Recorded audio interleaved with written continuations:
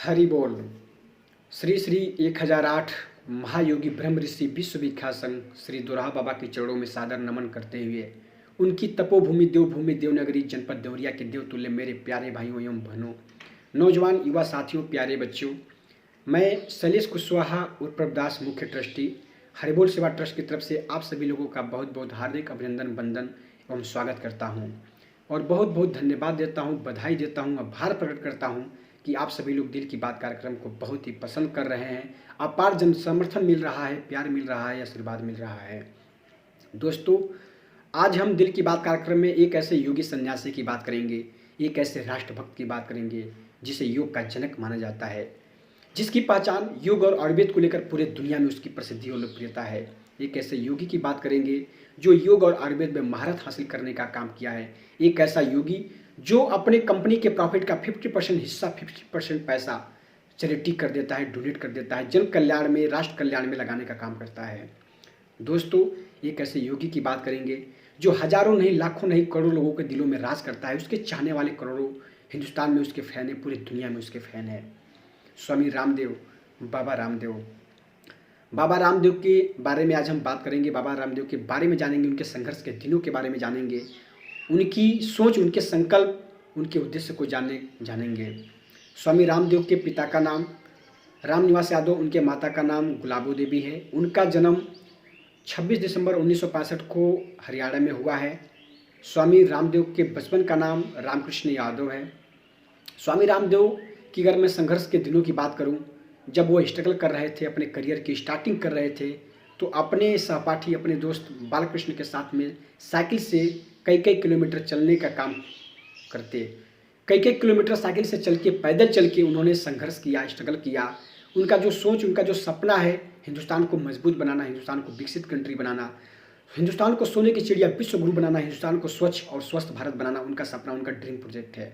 और इसके लिए रात दिन वो कड़ा संघर्ष कर रहे हैं, काफ़ी मेहनत स्वामी रामदेव कर रहे हैं। दोस्तों, स्वामी रामदेव की योग की प्रसिद्धि इस कदर पूरी दुनिया पे हावी हुआ, पूरी दुनिया तक फैल गया कि अपने देश के प्रधानमंत्री श्री नरेंद्र मोदी जी ने 21 जून को अंतर्राष्ट्रीय योग दिवस मनाने का फैसला किया और अंतर्राष्ट्रीय योग दिवस को अंतर्राष्ट्रीय लेवल पे, इंटरनेशनल लेवल पे मान्यता दिलाने के लिए उन्होंने 27 सितंबर 2014 को संयुक्त राष्ट्र महासभा में उन्होंने एक प्रस्ताव रखा कि 21 जून को अंतर्राष्ट्रीय योग दिवस मनाया जाए। उस समय उनके प्रस्ताव रखने के बाद अमेरिका ने इस प्रस्ताव को पारित किया, एक्सेप्ट किया। फिर उसके बाद कुछ ही दिनों के अंदर 133 प्लस देशों ने इसको समर्थन दिया, इस प्रस्ताव पे पारित किया, अपना मुहर लगाया और अंतर्राष्ट्रीय योग दिवस 21 जून को मनाया जाता है, जिसका प्रथम श्रेय स्वामी रामदेव को जाता है, क्योंकि योग और आयुर्वेद को लेकर उन्होंने पूरे दुनिया में हिंदुस्तान का झंडा फहराने का काम किया। इसलिए हम सभी हिंदुस्तानियों के ऊपर स्वामी रामदेव को के लेकर हम सभी हिंदुस्तानियों को नाज है, प्राउड है कि स्वामी रामदेव जैसा योगी हिंदुस्तान में जन्म लिया, हिंदुस्तान में पैदा हुआ और पूरे दुनिया में योग और आयुर्वेद के माध्यम से हिंदुस्तान का नाम ऊंचा किया, बुलंद किया। दोस्तों, स्वामी रामदेव ने एक आंदोलन छेड़ा था, उस घटना के बारे में हम आपसे चर्चा करना चाहेंगे। 400 लाख करोड़ रुपए स्विस बैंक में जमा है, सबको पता है। उस काले पैसे को हिंदुस्तान में लाने के लिए काले धन के खिलाफ बहुत बड़ा एक आंदोलन, एक बहुत बड़ा मुहिम स्वामी रामदेव ने छेड़ने का काम किया। जब वो आंदोलन कर रहे थे रामलीला मैदान में, जब वो अनशन कर रहे थे जंतर मंतर पे, उसी दौरान कांग्रेस की सरकार थी और उसने लाठीचार्ज करके स्वामी रामदेव के ऊपर अटैक करने का काम किया। एक साधु, एक सन्यासी, एक योगी के ऊपर कांग्रेस ने लाठीचार्ज करवाया। शायद उसके किए की सजा मिल रही है, पूरे हिंदुस्तान को पता है। दोस्तों, स्वामी रामदेव के अंदर राष्ट्र प्रेम, ईश्वर भक्ति, जन कल्याण की भावना, सेवा भावना, दया, करुणा, प्रेम, इंसानियत, मानवता कूट कूट के भरी हुई है। आज एक ऐसा योगी जिसके अंदर इस कदर ईमानदारी है कि अपने कंपनी के प्रॉफिट का 50% हिस्सा, 50% पैसा वो डोनेट करते हैं। उनका सपना ये नहीं है कि मैं अरबपति खरबपति बन जाऊँ, बहुत बड़ा बिजनेसमैन बन जाऊँ, लग्जरी जिंदगी जीऊँ, नहीं। बेशक वो कंपनी चलाते हैं, बेशक वो उन्होंने कंपनी को डेवलप किया, प्रोडक्ट की मैन्युफैक्चरिंग किया, आज अपने कंपनी को लाखों करोड़ों में उन्होंने पहुंचाया, लेकिन उनकी सोच, इनकी संकल्प सिर्फ एक ही है, हिंदुस्तान को मजबूत करना, हिंदुस्तान को आत्मनिर्भर बनाना।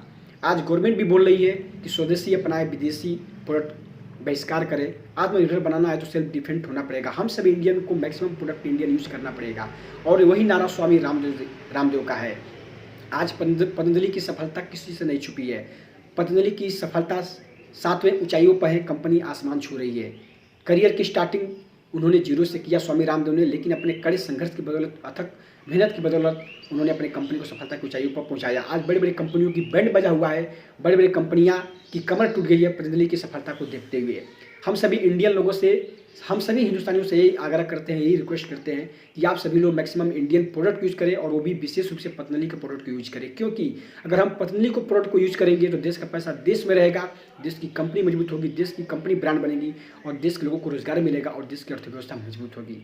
पतंजलि की सफलता हम सभी इंडियन की सफलता है, हिंदुस्तान की सफलता है।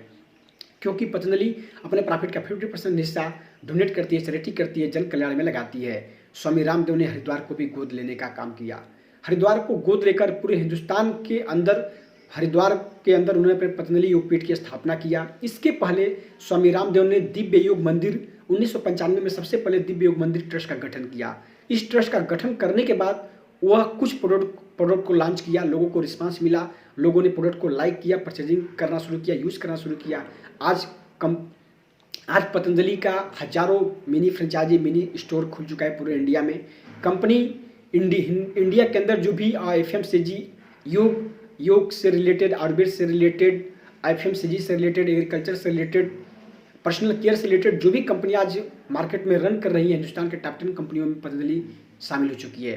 अगर ट्रस्ट की सक्सेस की मैं बात करूँ तो हिंदुस्तान के टॉप 3 जो सक्सेसफुल ट्रस्ट है उसके अंदर पतंजलि अपनी जगह बना चुकी है।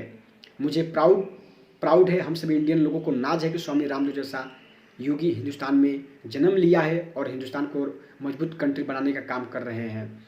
हम सभी लोगों से आग्रह करते हैं, रिक्वेस्ट करते हैं कि आप सभी लोग स्वामी रामदेव को फॉलो करें, उनके फैन बने, उनको अपना आदर्श मानते हुए योग और आयुर्वेद को बढ़ावा दे, लोगों के अंदर योग और आयुर्वेद के प्रति जागरूक करें। इसी के साथ मैं अपनी वाणी को विराम देता हूँ। नेक्स्ट सैटरडे एक और सन्यासी राजनेता के बारे में चर्चा करेंगे।